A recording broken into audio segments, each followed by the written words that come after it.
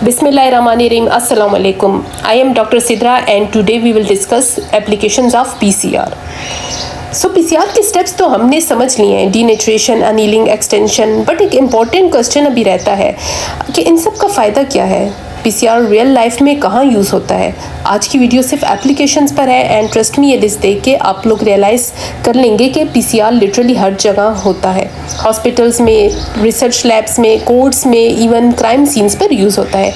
So let's start video. तो बात करते हैं इसकी फर्स्ट एप्लीकेशन की, जो है रैपिड डिटेक्शन ऑफ पैथोजेंस, जिसको हम क्लिनिकल डायग्नोस्टिक्स भी कहते हैं। क्लिनिकल डायग्नोस्टिक्स में पीसीआर का बहुत बड़ा रोल है।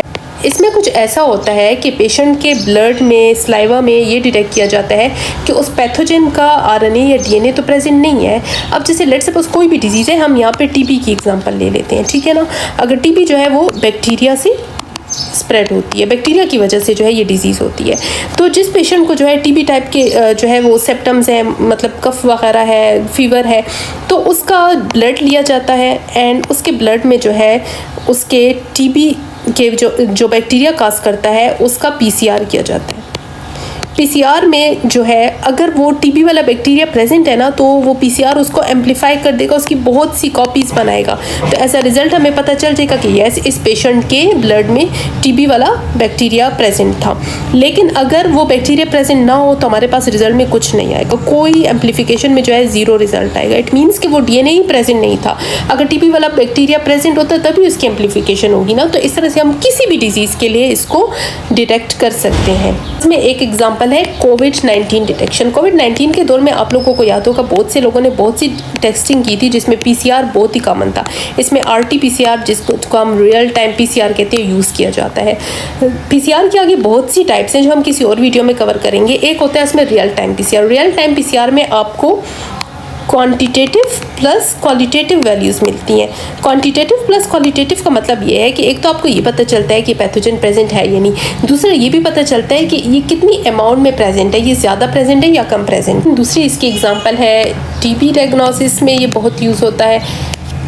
जो बैक्टीरिया स्पेसिफिक यूज़ होता है इसमें, उसका नाम है माइकोबैक्टीरियम ट्यूबरक्लोसिस, ठीक है। माइकोबैक्टीरियम ट्यूबरक्लोसिस जो है वो टीबी काज करता है। इसके अलावा जो है एचआईवी डिजीज़ के लिए जो है पीसीआर को वाइडली यूज़ किया जाता है एंड हेपेटाइटिस बी एंड सी के लिए भी यूज़ किया जाता है। इसमें एक तो इन्फेक्शन हम कंफर्म करते हैं, दूसरा ये भी देख लिया जाता है कि जो इन्फेक्शन है वो किस नौइयत का है, वो ज़्यादा है या कम। एक और बात यहाँ पर नोट करने की है, जो पीसीआर है वो ट्रेडिशनल मेथड से काफ़ी फास्ट है। ट्रेडिशनल मेथड जैसे कि बैक्टीरियल कल्चर हो गया, बैक्टीरियल कल्चर में भी हमें पता चल जाता है कि कौन सा कल्चर है, मतलब कौन सा बैक्टीरिया प्रेजेंट है, बट वो जो है काफ़ी स्लो है, उसके लिए आपको बहुत वेट करना पड़ता है। जबकि पीसीआर आप लोगों को बहुत जल्दी रिजल्ट्स दे देता है, फ्यू आवर्स में। दूसरी इसकी मोस्ट इंपॉर्टेंट एप्लीकेशन है रिसर्च लेबॉर्ट्रीज़ में। आप अगर मॉलिक्यूलर बायोलॉजी की लैब्स विजिट करें, तो आप कोई भी लैब विजिट करें, वहाँ आप लोगों को पीसीआर मस्ट मिलेगा and different types of PCR मिलेंगे। क्योंकि साइंटिस्ट वहाँ पर इसको यूज़ करते हैं वाइडली जीन की कॉपीज़ बनाने के लिए।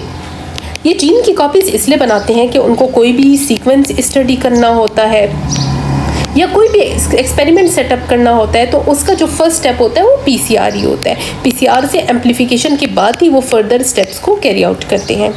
स्पेसिफिकली अगर हम देख लें तो जीन क्लोनिंग में जो है इसका यूज़ होता है। जीन क्लोनिंग में साइंटिस्ट क्या करते हैं, कोई भी अपना जो डिज़ायर्ड जीन है, स्पेसिफिक जीन है, वो ले लेते हैं एंड उसकी एम्पलीफिकेशन करते हैं, उसकी बहुत सी कॉपीज़ बनाते हैं। देन उसको जो है उससे पहले उसको वेक्टर में भी यूज़ करते हैं, जो कि हम ऑलरेडी इसको डिस्कस कर चुके हैं जीन क्लोनिंग के प्रोसेस में।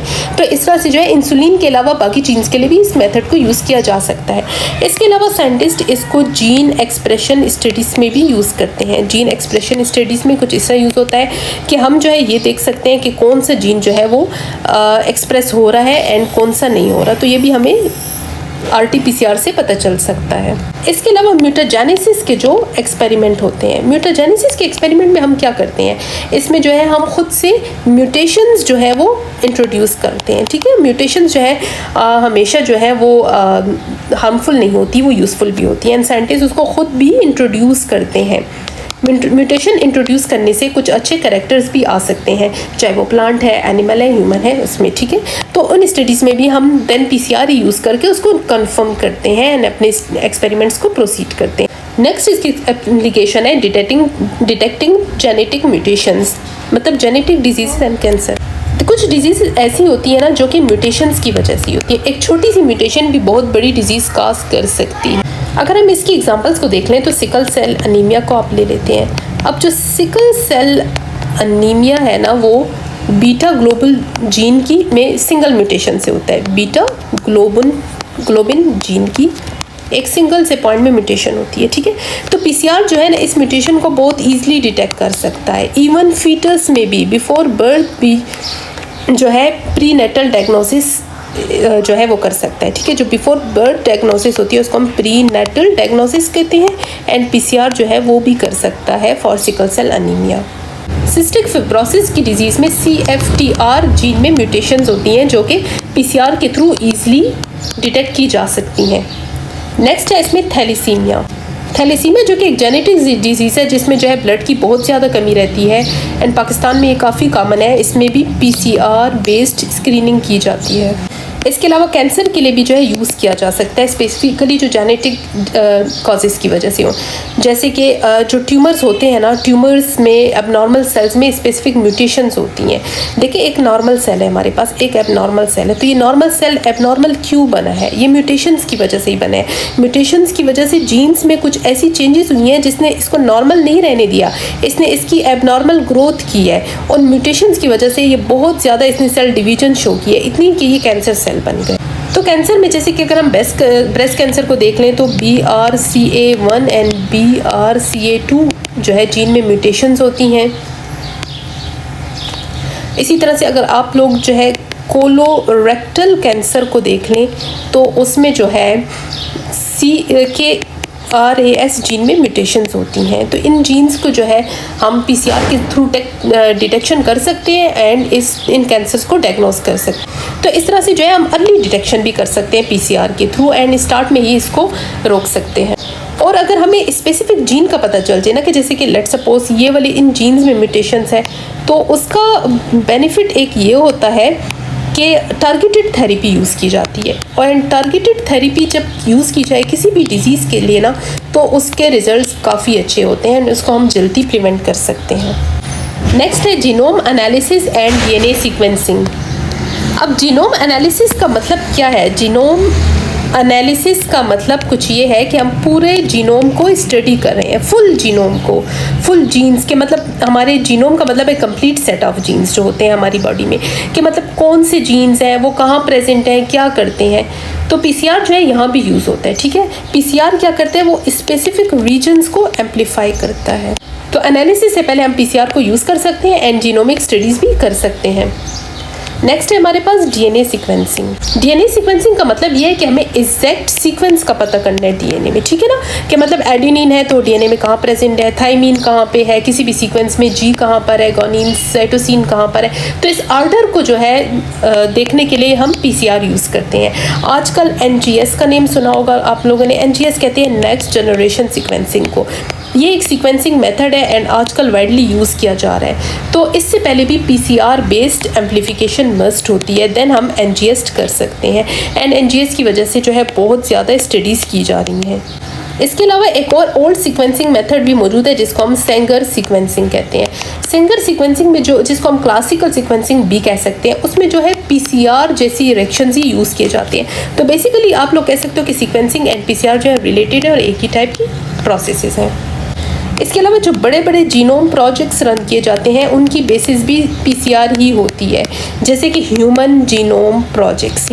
उसमें यह था कि ह्यूमन के पूरे जीनोम को स्टडी करना, ह्यूमन का पूरा जीन, उसमें क्या है, कौन से सीक्वेंसेस कहाँ प्रेजेंट है, कहाँ नहीं प्रेजेंट है। ये बहुत बड़ा प्रोजेक्ट था एंड इसको भी PCR के बिना करना इम्पॉसिबल था। इसमें भी PCR यूज़ किया गया है। अब आते हैं PCR की सबसे इंटरेस्टिंग एप्लीकेशन की तरफ, which is PCR in criminology. यहाँ पर भी कि PCR ही यूज़ होता है, एंड यहाँ पर PCR कैसे रोल प्ले करता है? जब इन्वेस्टिगेटर्स क्राइम सीन पर जाते हैं ना, तो वहाँ पर उनको DNA सैंपल्स मिलते हैं क्रिमिनल्स के या किसी और लोगों के भी, ठीक है। अब वो DNA सैंपल्स बहुत ही छोटे होते हैं, बहुत ही, आप लोग कह सकते हो ब्लड का एक ड्राई सा जो है वो ड्रॉप हुआ, या फिर एक सिंगल हेयर फॉलिकल हो गया, या फिर स्किन का कोई छोटा सा सेल हो गया, बिल्कुल मतलब कहीं पर किसी ने टच किया हो तो हल्का सा कुछ रह गया हो, या फिर फिंगरप्रिंट्स, ये सब चीज़ें बहुत ज़्यादा माइन्यूट है। लेकिन पीसीआर का क्या काम है? इन छोटी सी क्वांटिटीज़ को एम्पलीफाई करना। बहुत माइन्यूट क्वांटिटी है एंड पीसीआर उसको एम्पलीफाई करके बहुत ह्यूज क्वांटिटी में बना देगा, बहुत बिलियंस ऑफ सेल्स बना देगा, बिलियंस ऑफ डीएनए बना देगा। तो फिर हम जब एक बार ये बिलियन ऑफ कॉपीज़ बन गई ना, तो इसको हम फर्दर जो है फिंगर प्रिंटिंग के लिए यूज़ कर सकते हैं। मतलब उसके बाद जो है उसको मैच कर सकते हैं किसी भी ह्यूमन डीएनए की। डीएनए फिंगर प्रिंटिंग बेसिकली क्या है? डीएनए फिंगर प्रिंटिंग का मतलब ये है कि हर इंसान का एक यूनिक डीएनए प्रोफाइल होता है। ये तो आप लोगों को पता होगा, ठीक है। हर किसी की डीएनए प्रोफाइल जो है वो चेंज होती है और हमारा डीएनए 99.9% सेम होता है। डिफरेंस कहाँ होता है? डिफरेंस सिर्फ 0.1% में होता है एंड वही डिफरेंस एनफ है आइडेंटिफाई करने के लिए।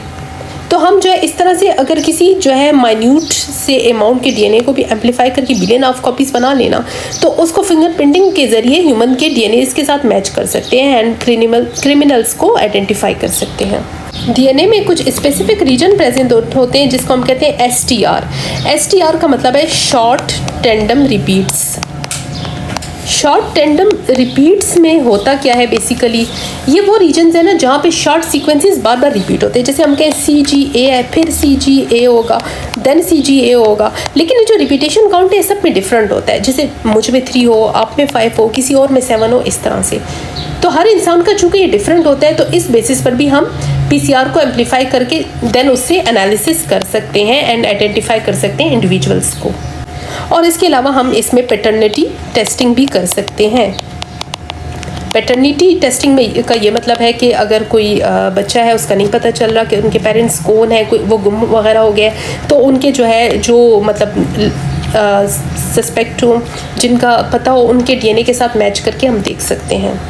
नेक्स्ट है हमारे पास रिकवरिंग डीएनए फ्रॉम ओल्ड और डिग्रेडेड सैंपल्स। एंशियंट डीएनए मतलब ओल्ड डीएनए जो कि बहुत ज़्यादा ओल्ड हो, सेंचुरीज या फिर 1000 ईयर्स जिनको गुजर चुके हों, पुरानी बोन्स में, ममीज़ में या फिर प्रिजर्व्ड स्पेसिमेंट्स में जो हमें मिले, ये बहुत ही ज़्यादा डिग्रेडेड होता है एंड फ्रेगमेंट्स में भी होता है।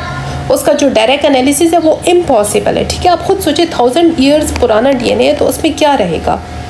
तो पीसीआर उन छोटे डिग्रेडेड फ्रेगमेंट्स को भी एम्पलीफाई कर सकता है।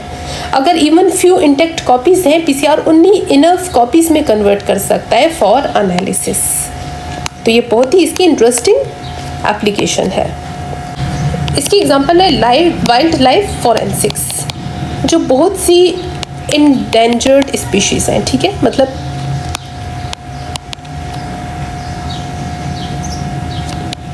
या कोई ऐसी स्पीशीज़ है ना जो एनिमल्स वगैरह आप लोगों ने सुना हुआ था कि बहुत अरसे पहले, इतने ईयर्स पहले ये था अर्थ पर, अब वो नहीं है।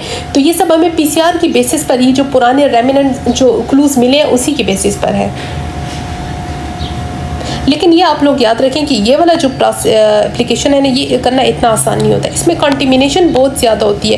कंटेमिनेशन का मतलब ये है ना कि हमें पता नहीं चलता, बहुत से मतलब आसपास के डीएनए वगैरह भी होते हैं, तो इसको बहुत केयरफुली एनालाइज करना होता है और अल्ट्रा स्टेराइल एनवायरनमेंट यूज़ करनी होती है। तो ये था पीसीआर की मेजर एप्लीकेशंस, क्लिनिकल डायग्नोस्टिक्स से लेकर क्राइम सीन्स तक, जेनेटिक डिजीजेस से लेकर एंशिएंट डीएनए तक। पीसीआर एक टेक्निक है जो लिटरली बायोलॉजी, मेडिसिन और हर फील्ड में रेवोल्यूशन ला चुकी है।